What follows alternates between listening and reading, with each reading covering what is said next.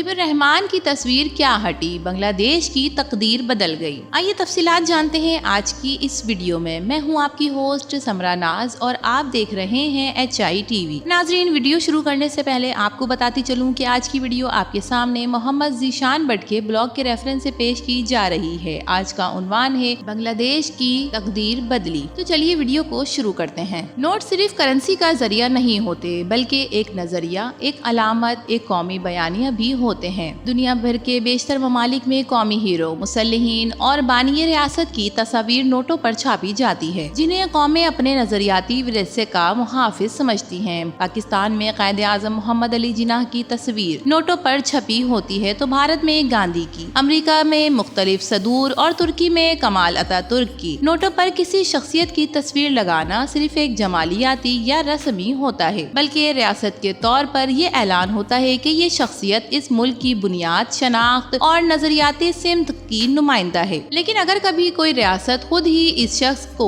نوٹوں سے ہٹا دے تو سمجھ لیجئے کہ اس ملک کے بیانیے میں زلزلہ آ گیا ہے۔ یہی کچھ آج کل بنگلہ دیش میں ہو رہا ہے۔ حال ہی میں بنگلہ دیش کی عبوری مقرر مکمل طور پر خود مختار حکومت نے ایک ایسا قدم اٹھایا جس نے نہ صرف خود بنگلہ دیش بلکہ پورے جنوبی ایشیا کو ہلا کر رکھ دیا۔ شیخ مجیب الرحمان، جنہیں بنگلہ دیش میں نصف صدی سے بابائے قوم مانا جاتا رہا، جن کی تصاویر کرنسی نوٹوں سے لے کر اسکول کے نصاب تک ہر جگہ چھاپی جاتی تھی اور جن کے یوم پیدائش پر قومی تعطیل دی جاتی تھی، اب وہی شیخ مجیب اس ریاستی بیانیے سے بتدریج نکالے جا رہے ہیں۔ ناظرین، یہ کوئی معمولی قدم نہیں بلکہ ایک نظریاتی انقلاب ہے۔ نئے کرنسی نوٹ سے شیخ مجیب کی تصویر ہٹا دی گئی اور اس کی جگہ ہندو مت، جین مت اور بنگلہ دیش کے مختلف ثقافتی، تاریخی اور مذہبی مقامات کی تصاویر کو شامل کیا گیا۔ یہ اقدام صرف شخصیت کو ہٹانا نہیں بلکہ قومی شعور کی نئی تشکیل کی طرف اشارہ ہے۔ اس کا مطلب یہ لیا جا رہا ہے کہ بنگلہ دیش اب اپنے ماضی کے اس بیانیے سے نکلنا چاہتا ہے جس میں بھارت کی مدد سے حاصل کردہ آزادی کو عظمت سمجھا جاتا تھا، اور اس کے بجائے اب ایک ایسے خود مختار اور غیر جانبدار ملک کے طور پر خود کو دنیا کے سامنے پیش کرنا چاہتا ہے جو صرف کسی ایک قوم یا مذہب کا ترجمان نہ ہو۔ اس سارے عمل کی قیادت نوبل انعام یافتہ ماہر اقتصادیات ڈاکٹر محمد یونس کر رہے ہیں، جنہیں نئی عبوری حکومت نے قومی فکری اصلاحات کی ذمہ داری سونپی ہے۔ ڈاکٹر یونس کا کردار اب محض اقتصادی ماہر کا نہیں رہا بلکہ وہ ایک نظریاتی رہنما کے طور پر ابھرے ہیں۔ انہوں نے بنگالی قوم کو اس الجھاؤ سے نکالنے کی بہت کوشش کی جس میں 50 سال سے یہ قوم محصور تھی۔ ان کے بقول قومیں صرف ماضی کے مجسموں پر سر رکھ کر نہیں چل سکتی، انہیں مستقبل کی راہوں پر نظریاتی روشنی کے ساتھ بڑھنا ہوتا ہے۔ ڈاکٹر یونس کی سربراہی میں بنگلہ دیش نے صرف کرنسی نوٹ ہی نہیں بدلے بلکہ شیخ مجیب الرحمان کے یوم پیدائش کو بھی قومی تعطیلات کی فہرست سے نکال دیا ہے۔ نصاب میں ان کے کردار کو محدود کر دیا گیا ہے اور سرکاری عمارتوں سے ان کے مجسمے اور تصاویر کو ہٹانے کا عمل بھی شروع ہو چکا ہے۔ اس کا مطلب یہ ہے کہ بنگلہ دیش اب نئے بانی کے اس کردار پر سوالات اٹھا رہا ہے جو نصف صدی سے مقدس سمجھا جاتا تھا۔ یہی وہ مقام ہے جہاں پاکستانی بیانیے کو نئی زندگی ملی ہے۔ پاکستان 50 برسوں سے یہی کہتا آ رہا ہے کہ 1971 کا المیہ محض ایک مقامی تحریک کا نتیجہ نہیں تھا بلکہ یہ ایک بین الاقوامی سازش تھی جس میں بھارت نے کھلم کھلا مداخلت کی، اپنی فوجیں مشرقی پاکستان میں اتاری اور شیخ مجیب الرحمان جیسے کرداروں کو استعمال کر کے پاکستان کو دو لخت کیا۔ اس وقت پاکستان کی بات کو عالمی سطح پر سنجیدگی سے نہیں لیا گیا کیونکہ دنیا کا جھکاؤ بھارت اور سوویت اتحاد کی طرف تھا اور پاکستان کو ایک فوجی ریاست سمجھا جاتا تھا۔ مگر آج جب بنگلہ دیش خود اپنے بابائے قوم کو کٹہرے میں کھڑا کر رہا ہے تو گویا پاکستان کا موقف درست ثابت ہو رہا ہے۔ شیخ مجیب الرحمان کا بیانیہ، ان کی سیاسی حکمت عملی اور بھارت کے ساتھ ان کے گٹھ جوڑ پر بنگلہ دیش میں جو سوالات اٹھائے جا رہے ہیں وہ اصل پاکستان کے موقف کی گونج ہے۔ اس سے صاف ظاہر ہوتا ہے کہ بنگلہ دیش بھارت کی جیب کی گھڑی اور ہاتھ کی چھڑی نہیں رہا۔ یہ نظریاتی خود مختاری کی طرف پیش رفت ہے۔ حسینہ واجد کا طویل عمرانہ اقدار جو کہ طلبہ تحریک کے ذریعے قائم ہوا تھا اب اپنی آخری سانسیں لے رہا ہے۔ نئی قیادت نے جس جرات مندی کے ساتھ اپنے بیانیے کو اثر نو ترتیب دینا شروع کیا ہے وہ پورے جنوبی ایشیا کے لیے سبق آموز ہے۔ یہ تمام تبدیلیاں محض علامتی نہیں بلکہ گہرائی میں اتر کر دیکھی جائیں تو ایک فطری بغاوت ہے۔ یہ ایک ایسی بغاوت ہے جو بھارت کے اس خواب کو چکنا چور کر رہی ہے کہ بنگلہ دیش اس کا دائمی اتحادی اور نظریاتی حلیف رہے گا۔ نئی حکومت کے اقدامات سے اندازہ ہوتا ہے کہ بنگلہ دیش اب ایک خارجہ پالیسی اور داخلی بیانیے دونوں میں نئی بنیادوں پر استوار ہونا چاہتا ہے۔ ڈاکٹر یونس نے یہ بات بھی واضح کی ہے کہ بنگلہ دیش کو ایک سیکولر، متعادل اور غیر جانبدار ریاست کے طور پر دنیا میں پیش کیا جائے گا، جو صرف بھارت یا چین کا حلیف نہیں بلکہ